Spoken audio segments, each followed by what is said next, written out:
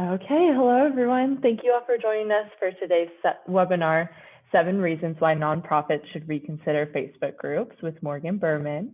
My name is Lauren Hogan and I'm a Regional Marketing Coordinator here at JMT. And as I said, we're very excited to have the CEO from Milk Crate, Morgan Berman, joining us today. Just a couple of housekeeping notes before I turn it over to Morgan. If you have any questions during the webinar today, please go ahead and submit them into the Q&A section as you think of them. We'll save them all until the end of the presentation, but don't hesitate to submit them as they come. Also, just a reminder that we'll send you some handouts as well as the recording of today's webinar within 24 hours after it has concluded. And with that, I'll go ahead and turn it over to you, Morgan, to get us started. Thank you so much. And thank you for having me, Lauren. So today I'm going to go over some slides and kind of touch on the topic of why nonprofits need to rethink their approach with Facebook and Facebook groups and some alternative technology. Before I get into the content and sharing my screen, I'd love to just kind of see who's on the line. It looks like we have a fairly small group, so we could take a moment to just introduce ourselves to each other. If you could in the chat, just kind of share who you are, what organization you're with. If you had anything you were hoping that I could touch on today or any experiences you've had with social media that you'd like to see addressed as it relates to your nonprofit, please take a moment now to do that. And I'll just give us 30 seconds to just kind of do that before I get started. And of course, if there's a link to your organization that you'd like to share so that people can learn about it, you can include that as well. But just take a moment to introduce yourself and your organization and any questions you wanted me to touch on before we get started.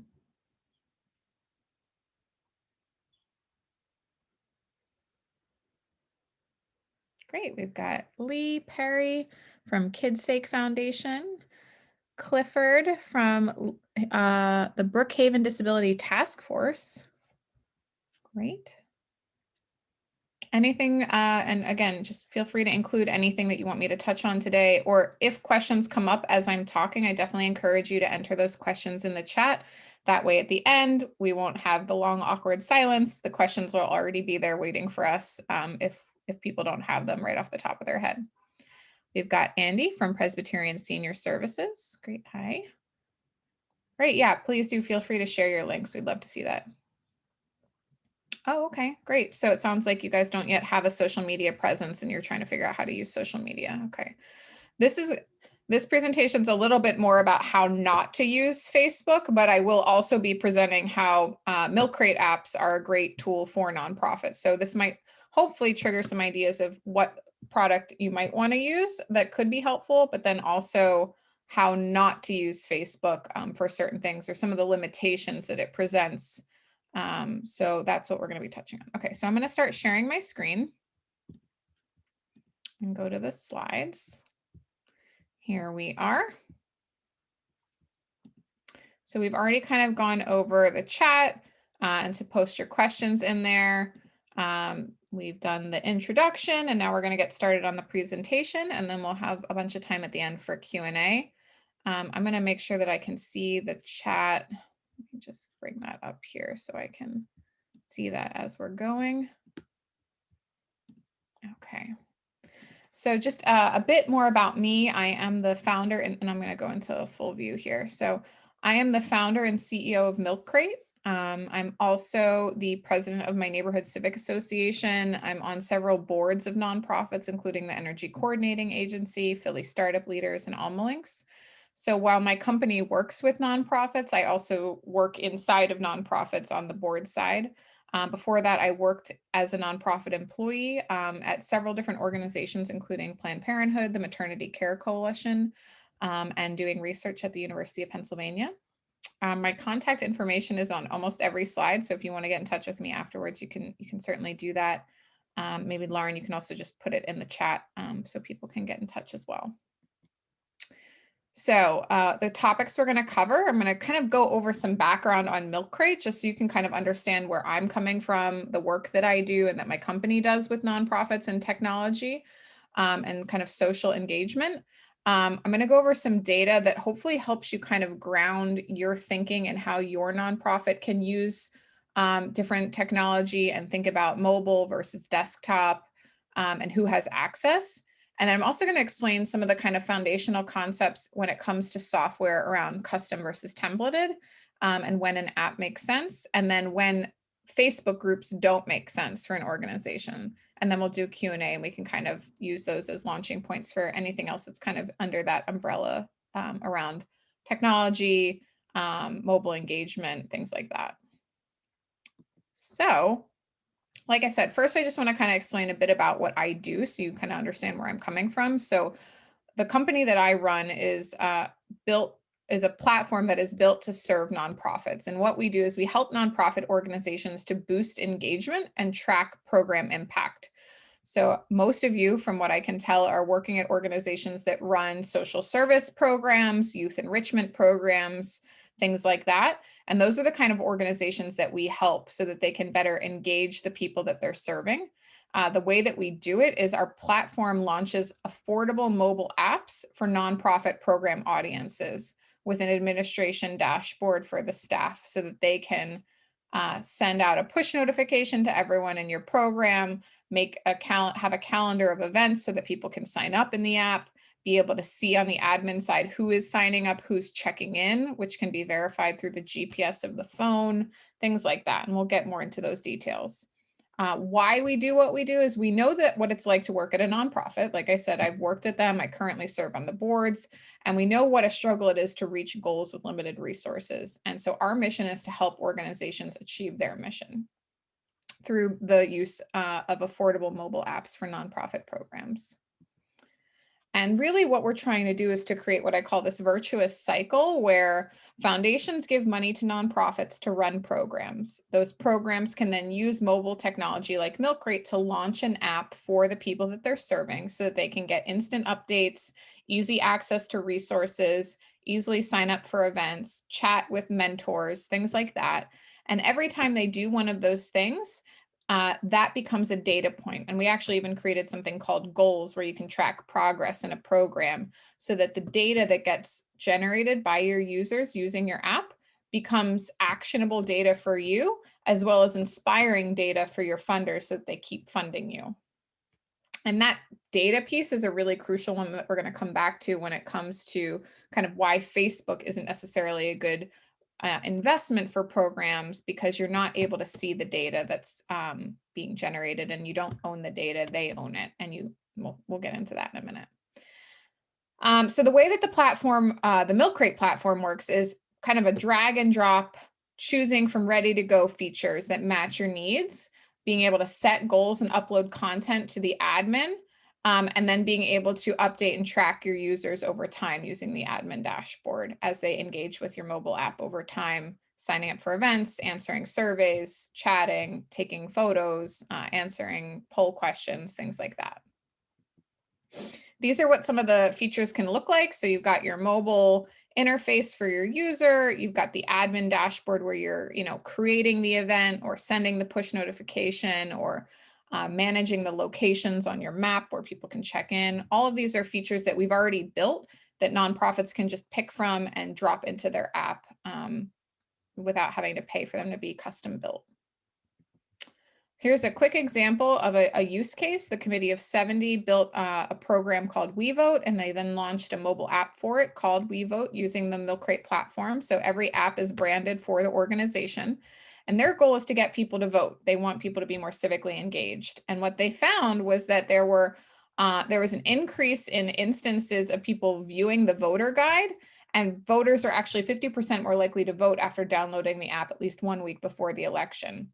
And the thing that was really important that kind of speaks to the topic of today around Facebook and social media is that organization, the Committee of 70, had spent years building an audience on Facebook, hundreds and thousands of followers. But when they posted their voter guide, they got 0.01% of their audience to actually view that guide on that post. Because the way that those social media platforms work is you have to pay to reach the audience you've worked so hard to build. They don't let you reach everyone that you've garnered to your page. They make you pay them in order to reach them. And so that's why the app that we built for them was so valuable, because they were able to send a push notification, and there are thousands of users on that app got that push notification and were able to act on it, as opposed to a small percentage point, a small percentage of them, the way that the social media platforms work because of their business model.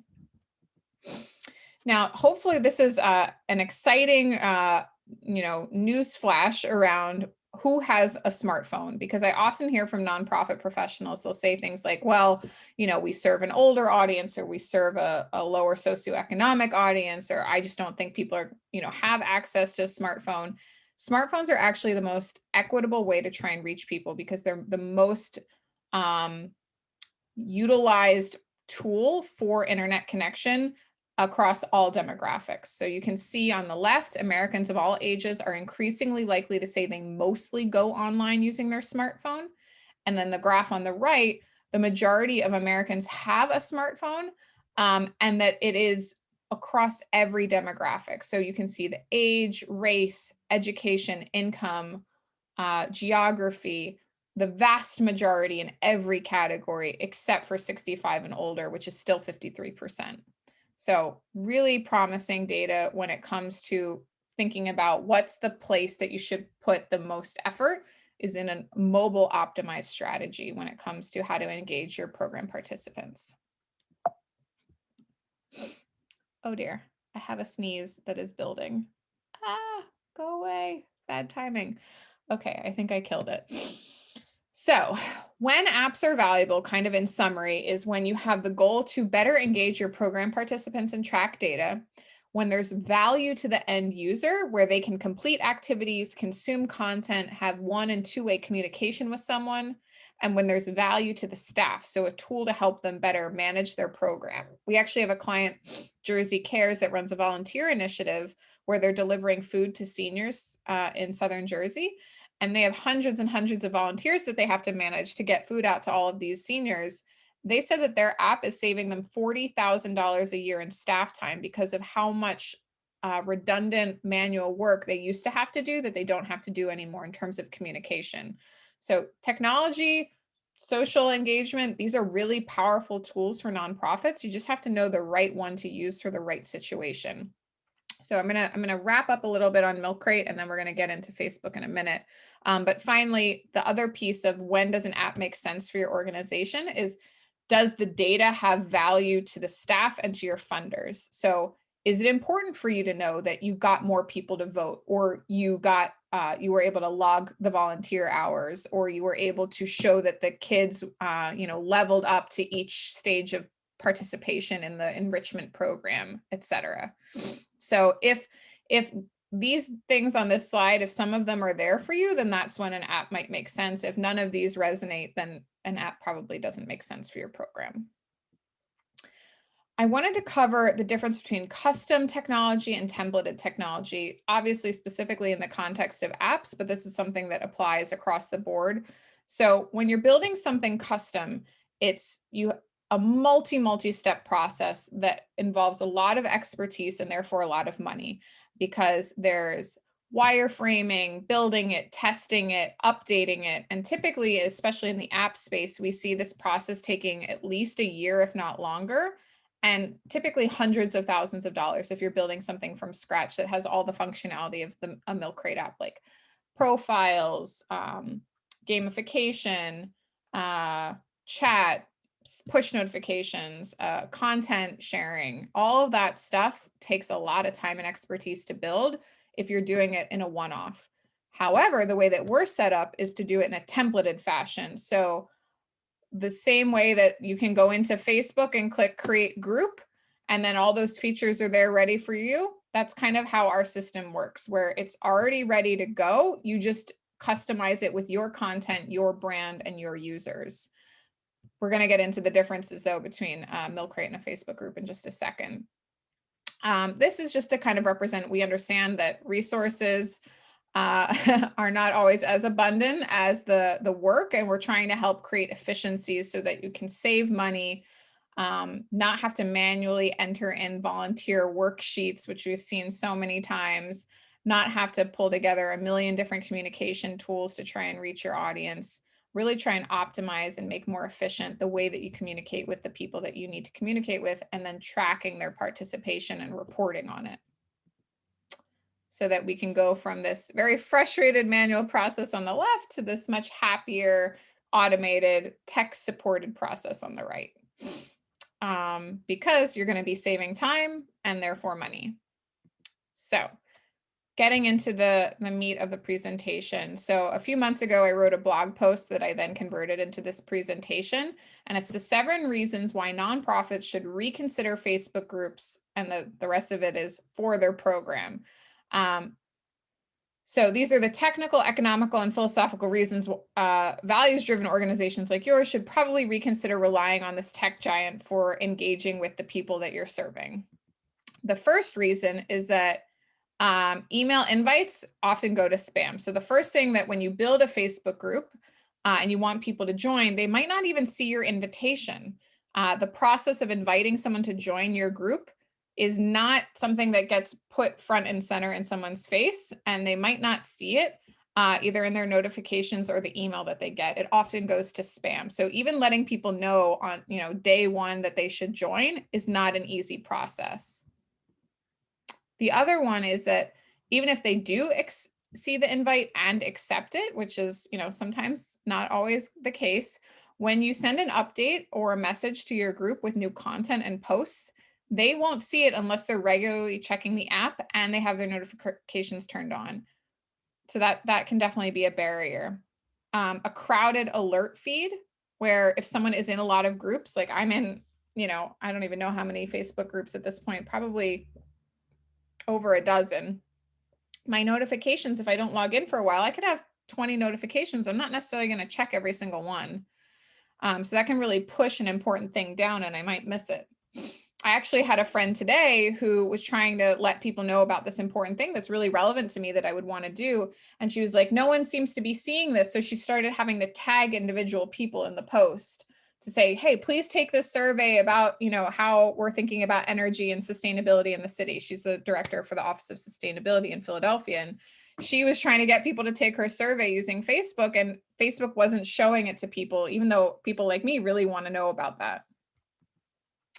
And like I said, one of the main reasons for this is that companies like Facebook, their whole business model relies around things like getting organizations to pay for advertising, so that even though you did all the work to invite people to like your page, join your group, follow you, all that effort to convince people to do that work, even when they follow through and you want to send something, only a small fraction of people are going to see it because you didn't pay to boost that post. And just like our friends at the Committee of 70, when they released their annual voter guide, only 0.01% of their followers, when we did the math, we counted we saw how many followers they had, we saw how many impressions they got, it was 0.01%. That's the kind of number that Facebook lets, kind of go through the cracks in the wall to let people see content, unless you actually pay to boost it.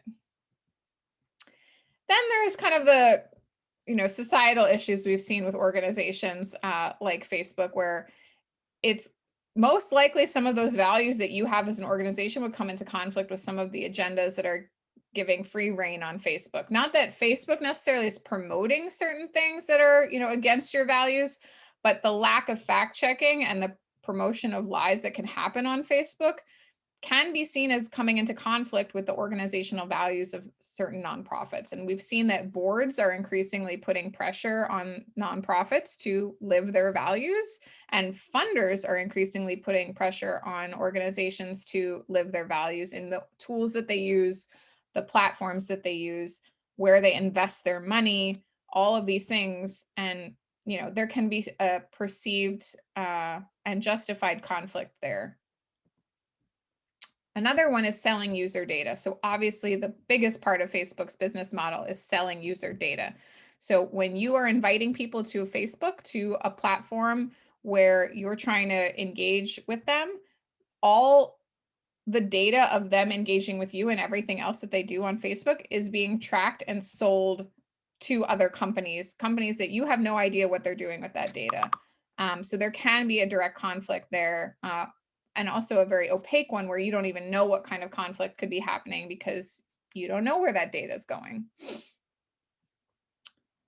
And then, of course, there's the unhealthy habits that being glued to social media apps all day long can have. Of course, I love a good cat video, but sometimes it can be hard to draw a line, especially when we're glued to these screens day in and day out during the pandemic. So keeping these 7 things in mind, does it really fit your organization's ethos to embed your programs and experiences inside of another experience that it is designed at its core to keep your audience enthralled, tracked, and monetized to the highest bidder?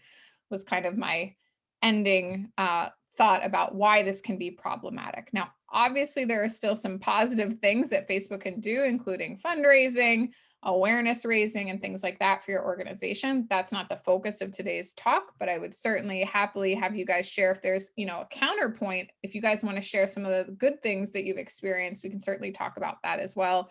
Those are just some of the critiques that I wanted to bring up that you may not have been aware of, some concerns and problems with using the platform Facebook for nonprofit programs. So that's what I wanted to share, some of the things that we've seen be problematic with using a platform like Facebook, some of the information I wanted to share about how mobile apps and smartphone technology can be useful for programs, and kind of managed to get through that pretty quickly, which is fantastic. So, and since it's a small group, I would welcome the chance. I'm going to open it up to you guys. Let's see if we can, hear any questions. I'm going to stop sharing my screen now and let's take a look. It looks like we had one come through the chat, but don't forget, y'all can all submit any through the Q&A as well. But the question we have is, are the apps you are referring to all ADA compliant? So the apps that we give our platform to nonprofits to put their own content in. So I can't say that 100% of the time everything that they're creating is ADA compliant, but our platform is designed to be as accessible as possible. And we put a great deal of emphasis on things like font size, color contrast. It's not yet certified, but it is something that we want to look into. Okay. And a question came through, do you recommend using Facebook Boost? So that's a complicated one. So it really depends on the goals and the budget of your organization. I would say that if there's I'm not I guess it would depend if it's about fundraising, user acquisition, like what kind of goals you have. How many people do we have on here? Because I'd be happy to just, there's like 14 people. So if people wanted to come off, not just chat and like talk a little bit, that would be fine too. But just for those of you who might not know, Boost is when you are setting a budget, an advertising budget where you can actually target a set number of people for a certain amount of money. It's a very like kind of quid pro quo transaction on Facebook where you can pay to reach an audience, and you can even tailor who that audience is based on different demographic information that Facebook has collected on their users. And depending on what your goal is, what I would always recommend with any kind of advertising campaign is don't do a small test, do several small tests and compare. If you've ever heard of an A/B test, okay, we'll look at that in a second. So doing an A/B test where you can compare this ad versus that ad and spend a small amount of money to learn those lessons before you do a big splashy campaign with a lot of dollars. Before I go any further, I just don't want to forget, this is the form to fill out feedback on today's session. So if you could please take a look at that. And Clifford said he went to the Milk Crate website and the PP up to learn more was a broken link. I'm not sure what the PP up, the pop-up. Oh, for social justice? Oh, interesting. I will take a look at that. But if you're interested in learning more about Milk Crate, I would just recommend, if you wanted to check out our website, I'm just going to put that in here. And then apparently the pop-up needs to be looked at, but you can go to our website. And if you wanted to talk to someone, there's a contact us button. And I'll put that in there too.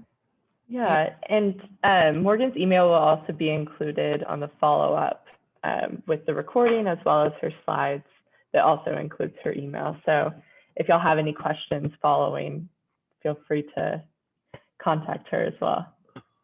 Something else, if you guys, the boost question got me thinking about, we have a partner organization that helps with Google advertising. And something that Google does that I love is that they actually give away Google ad grants, which can be a $10,000 grant a month in advertising dollars. So that's something that's made available to nonprofits and something that can really help nonprofits learn about advertising and building an audience. Without having to cost them any money because they're getting it for free from Google.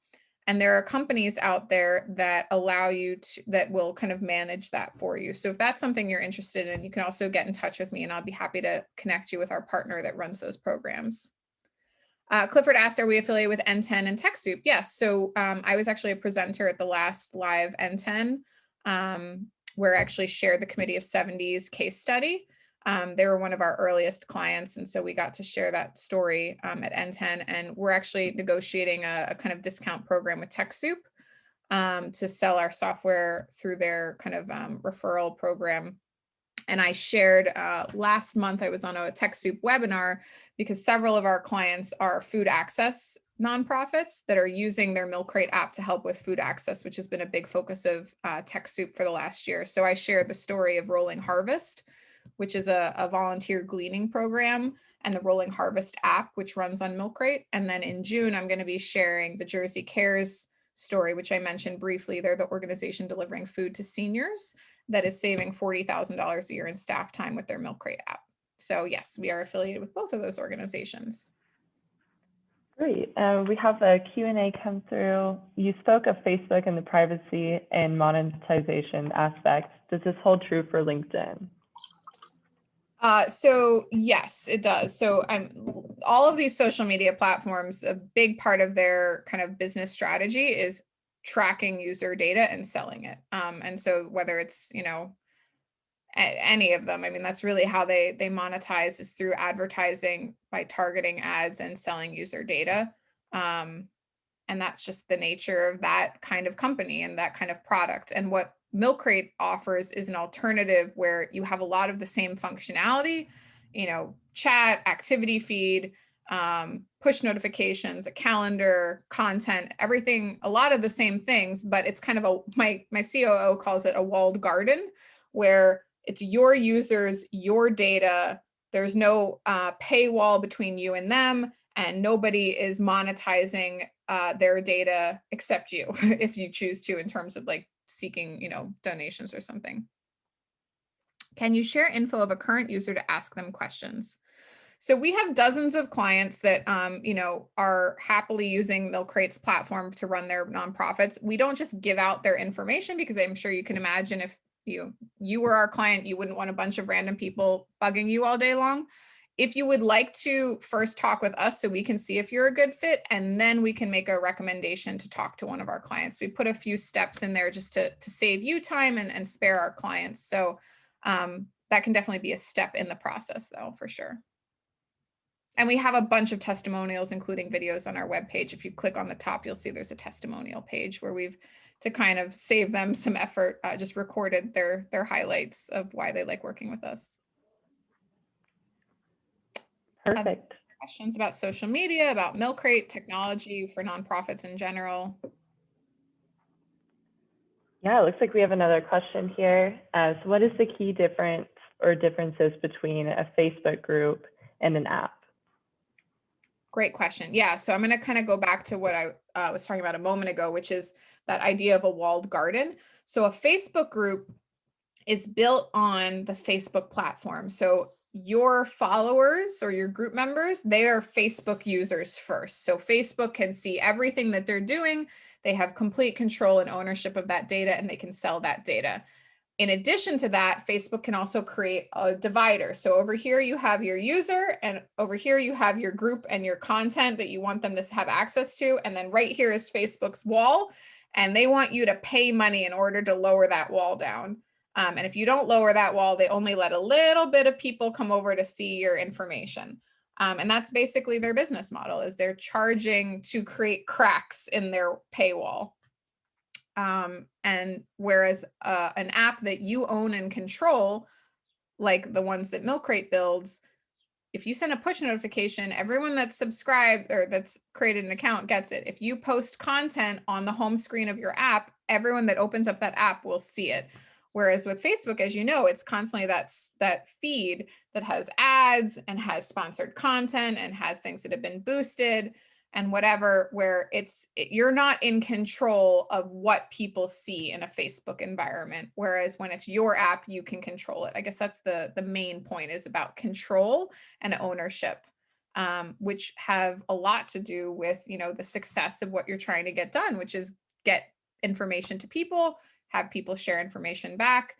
It's about engagement. And when it's not in your control, it's really hard to have the most engagement that you'd like to get. I hope if that didn't answer your question or you have a follow-up, feel free to, ask. We have another question here. Do you work with any government organizations? Yeah. So, like I said, Jersey Cares is kind of, that contract is through the state of New Jersey, or their work is through the state of New Jersey. So we're a subcontractor in a sense. We're actually working on an app with the city of Philadelphia that's going to be focused on paying people to pick up trash. It's a kind of beautification, civic engagement project. So we're doing that with the city. And we've got, we've had a couple other conversations. So we're happy to work. We don't care what a client's tax ID status is. We don't care if you're a for-profit, a nonprofit, or a government agency. We just care that you're doing work to make the world a better place, and our software can help you do it. 98% of our clients are nonprofits, but we have a couple of mission-driven for-profits and kind of government type clients as well.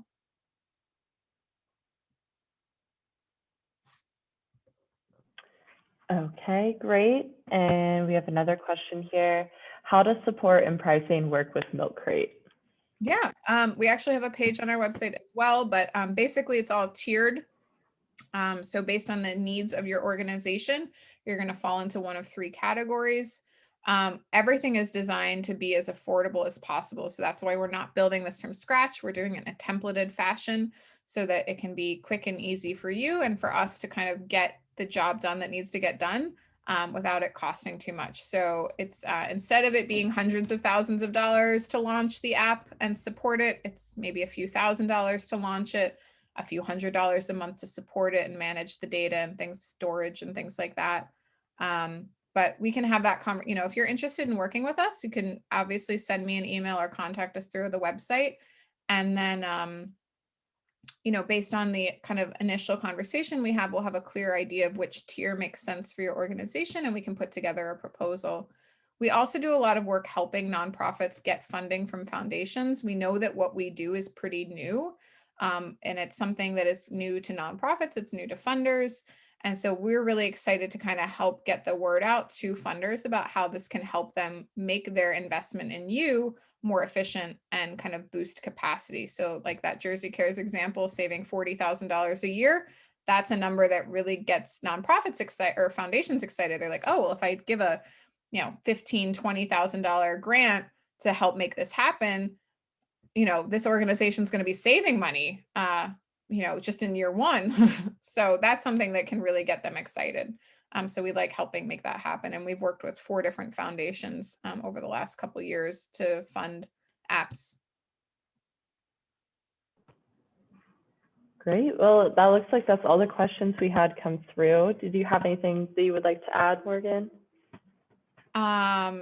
I think that I'm just amazed at, I think you guys asked some great questions. I love where, you're trying to think through all of this. And I understand that it can be a confusing space. Today was really just about kind of presenting a comparison between having your own mobile app and relying on a Facebook group. We touched a little bit on LinkedIn and some other things, but I think, there's a lot more here to understand. How does advertising work? How does advertising on Facebook work versus Google versus, Instagram? And these are all topics that I think deserve their own session. And maybe there's other partners that you guys can bring on to touch on those things, because it is a big complex world out there. But I wanted to at least just give you some food for thought around some of the things that maybe don't often get thought about in terms of the shortcomings of relying on Facebook. And, you know, there's, like I said, more to be thought about, more to be done. And I would happily, whether it's if Milk Crate can be helpful, or if we can, you know, point you in the direction of a partner that can help, you know, please do reach out. I just got the question about a screen reader program. No, we have not, but I would happily have that conversation. If you know, if there's a use case for an audience that needs that, like, let's definitely talk about it, because I think, you know, the more accessible we can make our apps, the better. Great, thanks. I will send you an email. Well, perfect. Thank you so much, Morgan, for joining us today. And thank you, everyone, for attending. We hope you have a great rest of your day and enjoy the presentation. Thank you. Thank you so much. Bye, everyone. Bye.